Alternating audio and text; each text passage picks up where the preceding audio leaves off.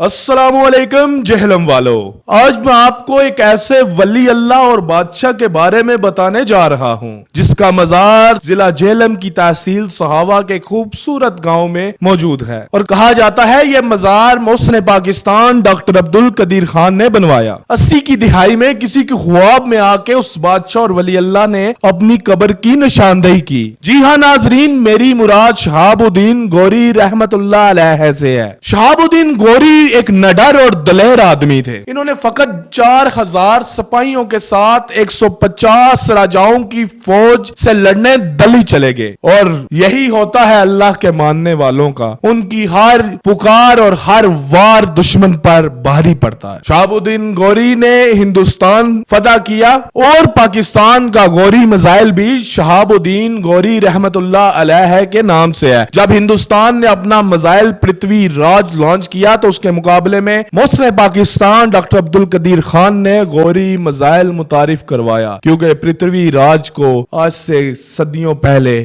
شہاب الدین گوری شکست دے چکے تھے۔ آئیں اس نڈر اور دلیر بادشاہ کے بارے میں پروفیسر حبیب اللہ حبیب سے جانتے ہیں۔ السلام علیکم ناظرین، میں ہوں عادل جاٹ، میرے ساتھ اس وقت موجود ہے ڈائریکٹر اینڈ پروفیسر حبیب اللہ حبیب صاحب۔ ہر دفعہ جب بھی ہم کوئی ہسٹری کی بات کرنے آتے ہیں تو جناب کی خدمات لیتے ہیں، اور ان کا بہت شکریہ۔ یہ اپنے قیمتی وقت سے سارا دن 2-3 کالجز ہیں ان کے، اس کو سنبھالنا، دیکھنا، اور اپنی تعلیمی جو ہے اپنی پڑھائی کو بھی جاری رکھنا بڑا مشکل ہوتا ہے۔ سر آپ کا بہت شکریہ۔ جب بھی ہم نے آپ سے درخواست کی اور لوگوں کی اویئرنیس کے لیے آپ سے پوچھنا ہے تو آپ نے فی سبیل اللہ آپ نے آپ کو حاضر کیا، آپ کا بہت شکریہ۔ It's honour for me, thank you. آج ہم بات کریں گے ایک ایسے بادشاہ کے بارے میں جس نے دیوانگی کی انتہا کر دی۔ میری مراد شہاب الدین گوری رحمت اللہ علیہ سے ہے، جن کے نام پہ ہمارا گوری میزائل، انہوں نے ہندو کا جو پرتھوی راج تھا اس کے اوپر چند سپاہیوں کے ساتھ حملہ کر دیا، اور جو حملہ انہوں نے اس وقت کیا اس کا کوئی سوچ سکتا ہے۔ باقی ساری تفصیلات حبیب صاحب سے جانتے ہیں۔ کہاں سے آئے تھے شہاب الدین گوری رحمت اللہ علیہ، اور 4000 فوجی لے کر وہ پرتھوی راج پہ چلے گئے؟ یہ کیسا دیوانگی ہے؟ اسلام کی ہسٹری آپ دیکھیں نا عادل، تو آپ 1400 سال پیچھے سے شروع کر دیں۔ حضرت ابوبکر صدیق رضی اللہ تعالیٰ عنہ سے شروع کرے، پھر حضرت عمر رضی اللہ تعالیٰ عنہ، حضرت عثمان، حضرت علی کرم اللہ وجہہ، یہ سلسلہ پھر آگے چلتا سب کے ساتھ ایک اسپرچول پاور تھی۔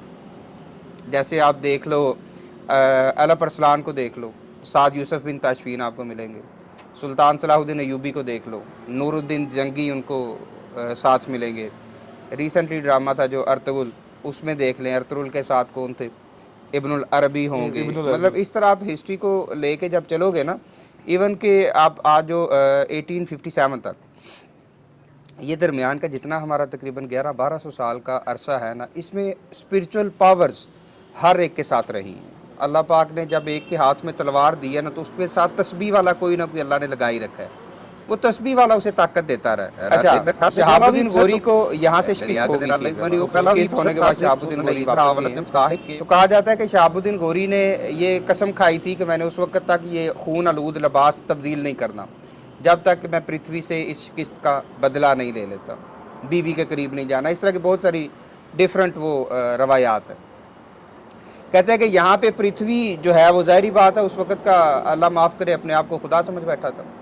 تو پرتھوی کے بارے میں اس کے ہسٹوریکل بیک گراؤنڈ اگر دیکھا جائے تو کہا جاتا ہے کہ پرتھوی کی والدہ کو جب وہ پیدا ہوا تھا نا، جنم کنڈلی بنانے والے لوگوں نے یہ کہا تھا کہ تم نے اس کو تربیت میں یہ چیز شامل کرنی ہے کہ کسی بھی مذہب کے بزرگ کے ساتھ تم نے کوئی ہینکا پھینکی نہیں کرنی، کسی بھی مذہب کے بزرگ کی تم نے نہیں کرنی، وہ کیا کہتے ہیں اسے، تذلیل نہیں کرنی کسی بھی مذہب کے بزرگ کے ساتھ۔ اور کہتے ہیں کہ خواجہ وہ کیا کہتے ہیں شہاب الدین گوری ادھر پرتھوی راج اور اجمیر شریف خواجہ معین الدین چشتی رحمۃ اللہ علیہ، ان کا دور ایک ہے بالکل ایسے۔ خواجہ معین الدین چشتی جو ہیں وہ کہہ لیں کہ ایک جنگل میں، ایک ویرانے میں اللہ کی عبادت میں مشغول۔ اب جو اللہ کی عبادت میں مشغول ہوتے ہیں پھر اللہ ان کے ساتھ رونق ایک لگا دیتا ہے، لوگوں کا آنا جانا ان کی طرف شروع ہو گیا۔ تو یہ بات جو ہے وہ ظاہری بات ہے، دلی میں بھی، بمبئی میں بھی، پورے ہندوستان میں یہ بات پھیلی ہوئی تھی کہ ایک بزرگ ہیں جن کے پاس لوگ قطار در قطار جا رہے ہیں، شفا یاب ہو رہے ہیں، فیض یاب ہو رہے ہیں۔ تو کہتے ہیں کہ پرتھوی گیا ان کے پاس، خواجہ معین الدین چشتی رحمۃ اللہ علیہ کے پاس۔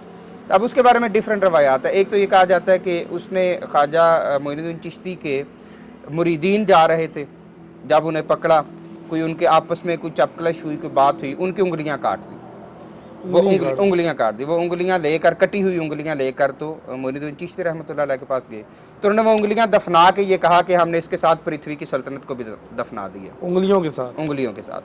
دوسرا یہ کہا جاتا ہے کہ وہ خود گیا، اس نے جا کے تو ان کے ساتھ کوئی بد کلامی کی، تو کہتے ہیں کہ انہوں نے اسے کچھ بھی نہیں کہا، لیکن کہتے ہیں کہ ہاتھ میں مٹی لے کر تو اسے زمین پہ ڈال دیا. پھر انہوں نے یہی سٹیٹمنٹ دی کہ ہم نے اس کی سلطنت کو مٹی میں دفنا دیا. تو کہتے ہیں کہ یہاں سے شہاب الدین غوری جب واپس چلا گیا تو غوری پریشان تھا، شکست خوردہ تھا، ظاہری بات ہے، اس کے اندر ایک تھا کہ میں نے بدلہ لینا ہے. تو کہتے ہیں کہ غوری کو ایک دن خواب آیا کہ کوئی بزرگ اسے خواب میں ملے، انہوں نے کہا کہ جناب آپ آئیں اور ہم نے آپ کو ہندوستان دے دیا. پھر سیکنڈ ڈے خواب آیا، آئے گی بات کر دی. پھر تھرڈ ڈے خواب آیا. تو کہتے ہیں کہ غوری نے اس وقت کے جو علماء تھے، جو اس کے اساتذہ سے کوئی بھی کہہ، ان سے اس نے پوچھا کہ اس خواب کی تعبیر کیا ہے. تو انہوں نے بتایا بھی کوئی طاقت ہے، کوئی اسپرچل پاور ہے جو آپ کو ہندوستان بلا رہی ہے، سو آپ ابھی لشکر کشی کر دیں اس کی طرف، ہندوستان کے اوپر لشکر کشی. حالانکہ انہوں نے ٹائم لیا، انہوں نے کہا تھا کہ تقریباً 2 سال تک میں تیاری کروں گا تو پھر جاؤں گا اس طرف. اب جب سبھی لوگوں نے مشورہ دیا کہ ہمیں موو فارورڈ کرنا چاہیے، اگین اٹیک کرنا چاہیے وہاں پہ، تو کہتے ہیں کہ شہاب الدین غوری آئے. اب اس کے شہاب الدین غوری رحمۃ اللہ علیہ کا درمیان کا جو سفر ہے، اس کے اوپر بڑی ڈیٹیلڈ ہماری بات چیت ہو سکتی ہے. پھر گووندا کے ساتھ ان کی جو جنگ ہوئی شہاب الدین غوری کی، پھر ایک انہوں نے ٹریپ اس طرح کا تھا کہ غوری پیچھے آ گئے، تو گووندا اور ان لوگوں نے یہ سمجھا کہ جناب کہ ہم فتح یاب ہو گئے ہیں، لیکن وہ پیچھے نہیں تھے آئے، انہوں نے دوبارہ اٹیک کیا اس کے اوپر. یہ ان کی جنگی حکمت عملی تھی. مختصر یہ ہے کہ جب سر معذرت آپ کی قطع کلامی، آپ سے ہی میں نے سنا تھا کہ انہوں نے تقریباً ہندو 150 راجاؤں کے اوپر حملہ کیا تھا، 4000 سپاہیوں کے ساتھ. 150 جھنڈے تھے جن کے ساتھ انہوں نے حملہ کیا تھا. فوج ان کے ساتھ لمیٹڈ تھی، لاہور سے آنورڈ یہ گئے تھے تو لمیٹڈ. آپ ہسٹری ساری دیکھ لینا تو ہمیشہ یہ نہیں کہ صرف مسلم ہسٹری رائٹرز ہی، ہسٹورینز ہی، آپ نان مسلم ہسٹورینز کو بھی دیکھ لیں گے نا، تو ہمیشہ ایسے ہوا کہ کبھی ہم نے 60 کے ساتھ 60,000 پہ حملہ کر دیا ہے، کبھی 400 کے ساتھ 40,000 پہ حملہ کر دیا ہے. ہمیشہ اس طرح ہوا ہے. اس ایک جھنڈے نے 150 جھنڈوں پہ حملہ کیا تھا. خیر پرتھوی کو شکست دی انہوں نے. پرتھوی کے بارے میں یہ کہا جاتا ہے کہ ڈیفرنٹ روایات ہے، کچھ تو یہ بھی ہیں، کسی جگہ پڑھا تھا کہ پرتھوی نے آگ میں چھلانگ لگا دی شکست کے بعد. خیر جب یہ فتح ہوئی شہاب الدین غوری کو، تو اس کے بعد شہاب الدین غوری کو اس بات کا پتہ چلا جی فلاں اجمیر شریف میں یا فلاں شہر میں ایک بزرگ ہے، تو ان کے پاس کافی زیادہ تعداد میں مسلم جو ہیں وہ جا رہے ہیں، تو ہمیں بھی وہاں پہ جانا چاہیے. شہاب الدین غوری نے ارادہ کیا وہاں پہ جانے کا. تو کہتے ہیں کہ شہاب الدین غوری رحمۃ اللہ علیہ جب وہاں پہ گئے اس جگہ پہ ان بزرگوں کے پاس زیارت کے لیے، اسلام عرض کرنے کے لیے، تو کہتے ہیں کہ جب انہوں نے اپنا چہرہ اٹھایا تو ان کا جب آمنا سامنا ہوا تو غوری نے کہا کہ یہی بزرگ ہے اللہ کے جو مجھے 3 دن خواب میں ملتے رہے ہیں. یہ مجھے کہتے تھے کہ آؤ ہندوستان ہم نے تمہیں دے دیا ہے. اور اسے بتایا گیا ہے کہ جناب ان کے مریدین کی انگلیاں کاٹ دی تھی، تو انہوں نے دفناتے ہوئے کہا تھا کہ ہم نے اس کی سلطنت کو دفنا دیا. اس طرح سے اللہ نے شہاب الدین غوری کو ہندوستان بھی دیا. لیکن سر جو جدھر ابھی ان کا جو علاقہ ہے جہاں پہ ان کا مزار ہے وہ ابھی بھی جنگل ہے، تو پہلے وقت میں بھی یہ زیادہ جنگل ہوتا ہوگا. اب تو پھر سڑک وغیرہ بن گئی ہے تو ہم جا سکتے ہیں. اور وہ قبر بھی ہمارے محسن پاکستان ڈاکٹر عبدالقدیر خان صاحب نے بنائی. ایسے ہی ہے، وہ بھی جب انہوں نے پرتھوی راج میزائل نکالا تو انہوں نے اپنا میزائل غوری نکال دیا. ایسے ہی ہے. تو اپنے ہی جو ان کے محافظ تھے انہوں نے انہیں قتل کر دیا. اس کے پیچھے کیا وجہ سے؟ شہاب الدین غوری بہادر تھا، بہادر پاگل پن کی حد تک تھا، جنونی تھا، مطلب کانفیڈنس بہت زیادہ تھا انہیں اپنے اوپر. اپنے ساتھ وہ بڑے کم لوگوں کو رکھتے تھے، مطلب اپنی حفاظت کے لیے نا، حفاظتی حصار کے لیے بڑے کم لوگوں کو رکھتے تھے. یعنی اپنے آپ بھروسہ تھا، اپنے آپ پہ بھروسہ تھا. ہاں یہ چیز ہے. تو شہاب الدین غوری وہ جنگل کا راستہ تھا، واپس جا رہے تھے ہندوستان سے، واپس افغانستان کی طرف، غور کی طرف ان کا وہ سفر تھا، جس میں جاتے ہوئے یہ آپ کے سہاوا کے قریب جنگل ہی تھا اس وقت، تو زیادہ جنگل تھا ڈیفینیٹلی.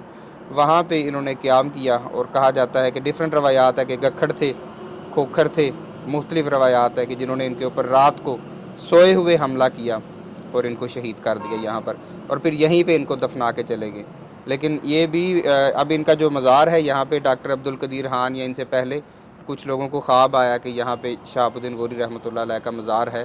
تو پہلے تو یہاں پہ مزار نہیں تھا بنا ہوا، تو پھر ڈاکٹر عبدالقدیر خان جو ہے وہ بڑا آئیڈیلائز کرتے تھے شہاب الدین غوری کو، پھر انہوں نے یہاں پہ ان کا مزار بنایا تھا. بالکل ٹھیک. سر اسی میں ایک سوال آتا ہے کہ جو جہلم کی تاریخ ہے اس میں گکھڑوں، کھوکھروں اور گجروں کا بڑا واضح رول نظر آتا ہے ہر میدان جنگ میں. تو خاص طور پہ جو گکھڑ ہیں انہوں نے ہر حکومت کے ساتھ ان کا کلیش تھا سوائے مغلیہ حکومت کے علاوہ. کیا وجہ تھی اس کے پیچھے؟ ہر جو کاسٹ ہوتی ہے نا، ہر کاسٹ اینڈ کریڈ کا ایک اپنا اپنا وہ کہہ لیں کہ مزاج ہوتا ہے. تو گکھڑوں کا جو مزاج ہے وہ شروع سے وہ آپ کیا کہہ سکتے ہیں کہ جنونی ہے، اور یا آپ یوں کہہ لیں کہ بغاوت والا ہے، کہ یہ کسی کے بھی، وہ پنجابی میں کہتے ہیں کہ تھلے لاگ کے رہنا رہی گال کوئی نہیں. لیکن یہ مغلوں سے دوستی تھی ان کی. ایسے ہی ہے. وہ ہوتا ہے کہ آپ کی سائیکی کو جو بندہ میچ کر گیا، جو آپ کی نیچر کو سمجھ گیا، یعنی کہ مغل ان کے سرکمسٹانس میں آئے تھے. ایسے ہی ہے. وہ انہوں نے اسی جن کہنے بھائی ٹھیک ہے ساڈے نال دوستی فٹ ہے. ایگزیکٹلی اپنے آپ کو ڈال لینا ان کے مطابق. وہ آپ کی اسٹریٹجی کے اوپر ڈیپینڈ کرتا ہے نا، کہ آپ کسی کو اپنے اگینسٹ کر لیں یا وہ آپ اس کو اپنے ساتھ لگا کے استعمال کر لیں. تو مغلوں نے گکھڑوں کو اپنے ساتھ لگایا اور اس کا بینیفٹ بھی انہوں نے اٹھایا. اب گکھڑوں کے نام پہ دیکھ لیں شہر بھی ہے گکھڑ، شاید وزیر آباد کا پرانا نام گکھڑ ہی تھا.